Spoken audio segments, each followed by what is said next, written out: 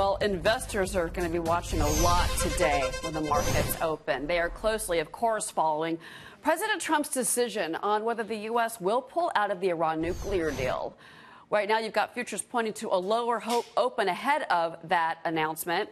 Armando Soto, financial analyst and managing partner at Zelphinium, and John Thomas, chief investment officer at Global Wealth Management, are with me this morning. Guys, good morning. Good morning. All right, Armando, let's start with the issue of the oil supply. You know, the energy companies had actually had a nice 2-3 session run up until that tweet from the president yesterday about Iran.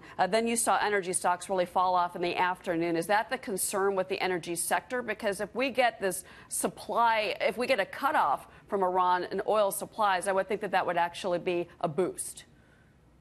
Well, what we're seeing the pricing come down is really just profit taking in the Asian session from the run-up that we had. There is a lot of concern on the Iran deal, and we will hear from the president today regarding what his decision is on the deal moving forward. What do investors expect, Armando? Are you expecting him to pull the U.S. out of the deal? We're expecting him to make changes to the deal. I don't believe that he will just pull out of the deal. The president has been known for deal making, and this could be a tactic where he threatens to pull out of the deal, but it's really just setting up the stage to a negotiation and imposing of sanctions while making sure that the markets aren't going to be roiled by these news. John, that's an interesting take. What do you make of Armando's opinion of this? Because, look, you know, this does have an ill side effect on several big U.S. companies, including Boeing, that have been working on partnerships with the Iranians, financial partnerships, since 2015. I agree. I think that the geopolitical concerns with Iran are it comes back to China. You know, China does a lot of importing of oil from Iran, and I think that's all related in the jawboning that's happening out there with the Iran deal. And I don't think that Trump is going to do anything to roil those the Iran markets as much, but it does relate back to China.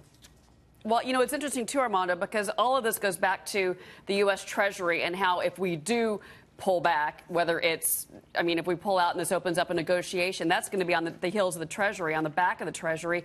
Companies at this point, and Jerry mentioned this earlier, would have 180 days to wind down their deals before sanctions take effect. You seem to believe that that is going to be time for negotiations. Do you think that the administration, do you think President Trump would be willing and open to his CEOs saying that we need more time and maybe we can make these sanctions a little bit different than they have been in the past so it doesn't hurt American companies that are in these deals? President Trump is a businessman, and he will certainly listen to the community and the CEOs of the energy companies and companies here in the United States. So he will act in the best interest of the people here in the United States, the economy, and most importantly, world peace, which he has been very active on engaging in.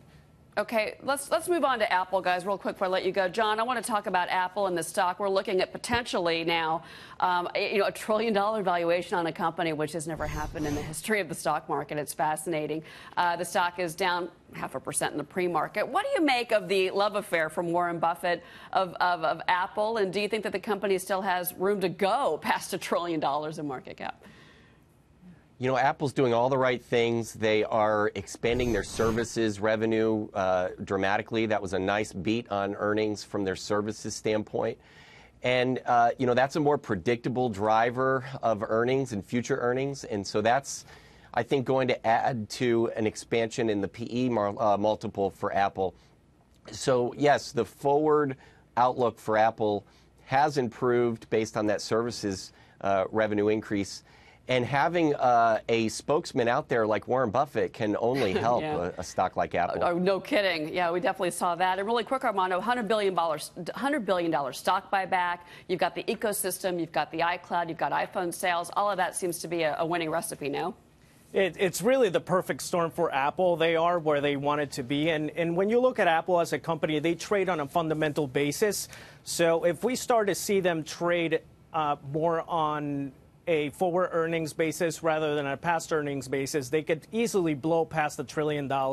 It's really the whole Apple ecosystem that helps Apple make their earnings and go where they're going today. Yeah, you got to say, there's a lot of devices out there, and Apple makes most of them. Guys, thank you very much, Armando and John. Appreciate the perspective. Thank you. And Thank you.